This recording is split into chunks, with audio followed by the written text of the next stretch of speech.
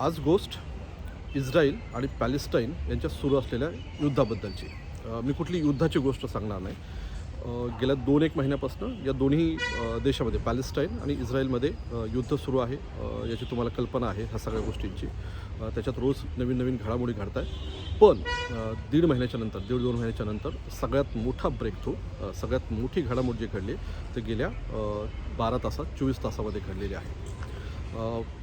तुमच्याकडं गेल्या 2 महिन्यापासून 1.5 महिन्यापासून युद्धाच्या बऱ्यापैकी माहिती येत असणार आहे. तुम्ही व्हॉट्सअपवर असाल, तुमच्याकडे व्हॉट्सअपमध्ये येत असणार आहे, तुमच्याकडे फेसबुकमध्ये येत असणार आहे. हिंदी न्यूज चॅनल्स जर तुम्ही पाहत असाल तर तिथं तर असं वाटतं की जसं काय भारत आणि पाकिस्तानमध्ये युद्ध सुरू आहे इतकं त्याचं कव्हरेज आहे. म्हणजे इथे एखादी महत्त्वाची घडामोड आहे तर ती दिसत नाही, पण इस्रायल पॅलेस्टाईनमधलं युद्ध दिसतं. असो, तुम्ही सगळी माहिती एकदा चेक करून बघा, ती रिचेक करा. त्याचं कारण असं आहे की कुठलंही युद्ध जेव्हा घडतं त्या युद्धामध्ये सगळ्यात पहिला जो बळी जात असतो तो सत्याचा असतो. In a war the first casualty is truth. तर त्याच्यामुळं तुम्ही इन्फॉर्मेशन सगळी चेक करून बघा. त्याच्यामुळंच मी आत्ता जी माहिती तुम्हाला सांगणार आहे ती रॉयटर्स ही जी जागतिक वृत्तसंस्था आहे तिनं ती रिपोर्ट केलेली आहे. त्याच्यामुळे त्याला आधार आहे आणि त्याला एक क्रेडिबिलिटी आहे, त्याला एक विश्वासार्हता आहे. ती क्रेडिबिलिटी फार महत्त्वाची आहे. 3 गोष्टी या व्हिडिओमध्ये मी कव्हर करण्याचा प्रयत्न करणार आहे. पहिली गोष्ट, इस्रायल आणि पॅलेस्टाईन यांच्यामध्ये नेमकी डील काय झालेली आहे, त्या डीलचा अर्थ काय आहे, ती डील घडवून आणणारे इजिप्त, कतार आणि अमेरिका हे तिन्ही देश यांची भूमिका काय राहिलेली आहे आणि ह्या 3 पॉईंटला कव्हर करण्याचा आपण प्रयत्न करूया.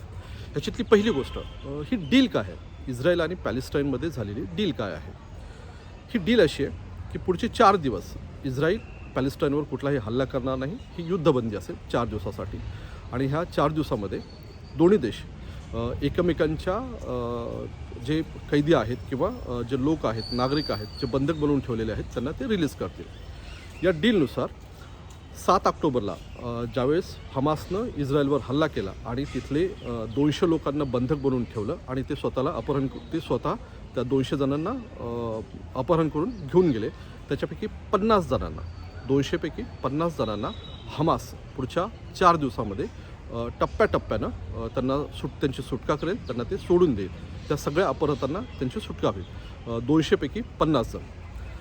ह्या 50 जणांच्या बदल्यामध्ये इस्रायल त्यांच्या ताब्यात असलेल्या जवळपास 150 पॅलेस्टाईन नागरिकांना त्यांची सुटका ते करतील. म्हणजे इस्रायल 150 जणांना सोडेल. म्हणजे 50 आणि 150 असा तो आकडा आहे. जे 50 जण सोडले जाणार आहेत त्याच्यामध्ये वेगवेगळ्या देशाचे नागरिक आहेत. जे बंधक बनवून हमासनं ठेवलेले आहेत तर त्याच्यामध्ये वेगवेगळ्या देशाचे नागरिक आहेत. त्याच्यात अमेरिकेचे काही नागरिक आहेत, फ्रान्सचे नागरिक आहेत, इंग्लंडचे नागरिक आहेत, अर्जेंटिनियन आहेत, स्पॅनिश आहेत, फ्रेंच आहेत. ह्याचे जवळपास अनेक देशांचे नागरिक त्या 200 जणांमध्ये आहेत. त्याच्यामुळे हमासवर हा ऑलरेडी दबाव होताच की त्याच्यातल्या बंधकांना तुम्ही सोडून द्यावा. आणि आत्ता फायनली 1.5 महिन्याच्या नंतर त्या एका पॉईंटवरती आलेले दिसत आहेत. इस्रायलच्या ताब्यामध्ये इस्रायलनं जे बंधक बनवून ठेवलेले आहेत तर त्याच्यामध्ये कोण आहेत, तर त्याच्यामध्ये महिला आहेत, जास्तीत जास्त मुलं आहेत, सामान्य नागरिक आहेत. त्यातही इस्रायलच्या ताब्यामध्ये एकूण पॅलेस्टाईन नागरिकांची जी ज्ञात संख्या आहे, जे खरोखरचे रिपोर्ट येतात त्याच्यानुसार 5200च्या आसपास लोक आहेत. पण त्याच्यापैकी 150 लोकांना सोडण्याचं इस्रायलनं आता मान्य केलेलं आहे. त्याच्यामध्ये मोस्टली लहान म्हणजे टीनेज मुलं पण आहेत. की तुम्हाला याचा अंदाज असेल की जर इस्रायलमधला एखादा मुलगा पॅलेस्टाईनमध्ये गेला, त्यानं तिकडे एंटर केलं, तिकडे दगड जरी फेकला तर ते दगड फेकण्याची सजा इस्रायलमध्ये 20 वर्षाचा तुरुंगवास ही तिथली सजा आहे. तर त्याच्यामुळे असे जे काही थोडेसे मायनर गुन्हे करणारे ज्यांना जेलमध्ये टाकलेले आहे अशा 150 जणांना इस्रायल सोडणार आहे. आणि ही मेन डील ह्या 2 देशामध्ये झालेली आहे. त्याच्यातही एक टॉपअपची जशी आपल्याकडं सवय आहे की काहीतरी टॉपअप असतं त्याच्यावर, तर त्याच्यात टॉपअप म्हणून इस्रायलनं असं सांगितलं आहे की जर 50पेक्षा म्हणजे आणखी 10 लोक तुम्ही सोडले, म्हणजे 60 सोडले, तर 1 दिवस तुमच्यावर आम्ही हल्ला करणार नाही. म्हणजे 4 दिवस आता कुठलाच हल्ला इस्रायल करणार नाही. त्याच्यात 1 दिवसाचं एक्सटेंड होईल. म्हणजे 5 दिवस मग इस्रायल तुमच्यावर हल्ला करणार नाही. तुम्ही परत आणखी 10 सोडले तर परत तुमचा 1 दिवस वाढेल. मग तुम्हाला 6 दिवस इस्रायल तुमच्यावर हल्ला करणार नाही. ही इस्रायलनं हमास समोर ठेवलेलं कंडिशन आहे आणि ही मेन डील ह्या दोन्ही देशामध्ये झालेली आहे. पुढच्या 4 दिवसामध्ये ही डील पूर्ण होईल. आता याच्यातली पाहण्यासारखी उत्सुकता हीच आहे की ह्या सगळ्या ह्याच्यामध्ये ही डील नेमकी आणखी किती दिवस एक्सटेंड होईल. बऱ्याच जणांना असं वाटतं, गाझातल्या लोकांना पण असं वाटतं आणि इस्रायलमधल्या लोकांना असं वाटतं की कदाचित ही पहिली विंडो आहे जिथून ह्या दोन्ही देशामध्ये गाझा आणि इस्रायल त्या पट्ट्यामध्ये शांतता पुन्हा एकदा निर्माण होईल आणि पहिल्यासारखं फार सुरळीत नाही पण जनजीवन जे आत्ता कम्प्लिटली विस्कळीत झालं आहे, पूर्णपणे उद्ध्वस्त झालं आहे, ते थोडंसं ट्रॅकवर व्हायला मदत होईल. ह्या 4 दिवसाच्या नंतर हे जे 4 दिवस आहेत, पुढचे 4 दिवस ज्याच्यामध्ये ही डील राबवली जाईल, त्याच्यामध्ये आणखी एक गोष्ट घडते. ती आहे की गाझामध्ये आत्ता जे तेल नाही आहे किंवा कुठलंही इंधन नाही, पेट्रोल नाही, डिझेल नाही, कुठल्या विजेच्या सोयी नाहीत आणि सगळ्यात महत्त्वाचं म्हणजे मेडिकलचा कुठलाही सपोर्ट नाही आहे. कुठलीही औषधं वगैरे तिथं पोहोचत नाहीत कारण इस्रायलने त्यांची पूर्ण घेराबंदी केली आहे, नाकाबंदी केली आहे. तर ह्या 4 ते 5 दिवसामध्ये इजिप्तच्या मार्गानं ती मदत गाझापट्टीमध्ये आणली जाईल आणि त्याची परवानगी सुद्धा हा या डीलचा भाग आहे. त्याच्यामुळे पुढच्या 5 दिवसामध्ये गाझातलं जीवन, ज्या काही जीवनावश्यक वस्तू आहेत त्या वेगवेगळ्या गोष्टी इजिप्तच्या मार्गानं गाझामध्ये येतील. हा झाला एका डीलचा पार्ट. आता दुसरा पॉईंट, ही डील अस्तित्वात कशी आली? ही वस्तुस्थिती आहे की इस्रायल आणि हमास सध्याची तर स्थिती अशी आहे की ते डायरेक्ट एकमेकांशी बोलत नाही आहेत, एकमेकांना आमनेसामने पण ते करत नाही आहेत. जे काय असेल तर ती युद्धाची भाषा आहे, दोन्ही बाजूनी युद्धाची भाषा आहे. तर ही डील घडवून आणली आहे आणि त्याच्यातला सगळ्यात जो मेजर पार्ट प्ले केला आहे तो केला आहे कतारनं. तुम्हाला जर आठवत असेल, कतार हा मिडल ईस्टचा एक महत्त्वाचा देश आहे.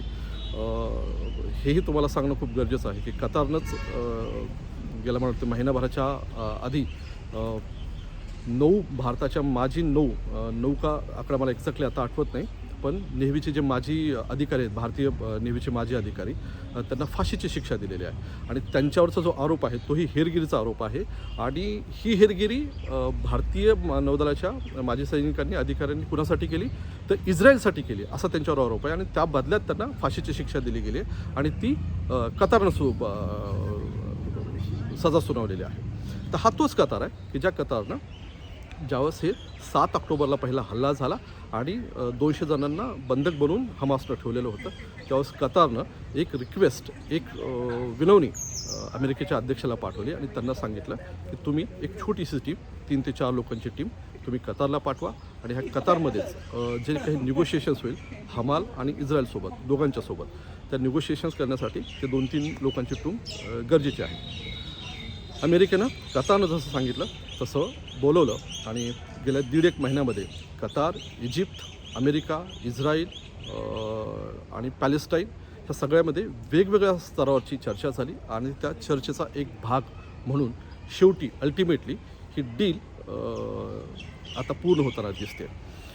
हा झाला दुसरा पार्ट जो कतारनं प्ले करा. तुम्ही हे लक्षात असू द्या की कतारचा रोल का महत्त्वाचा आहे तो याच्यासाठी आहे की गेल्या काही काळामध्ये मिडल ईस्ट आणि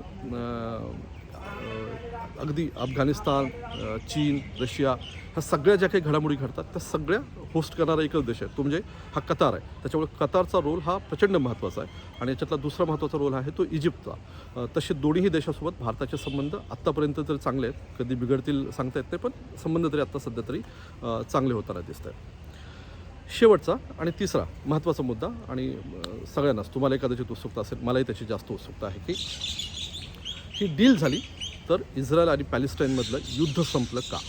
आणि या प्रश्नाचं उत्तर आजच्या घडीला नाही असंच आहे. कारण मी ज्या अटी आणि शर्ती सांगितल्या जी इस्रायलनं लादलेल्या आहेत त्या किती दिवस पुढे राहतील याचा अंदाज नाही.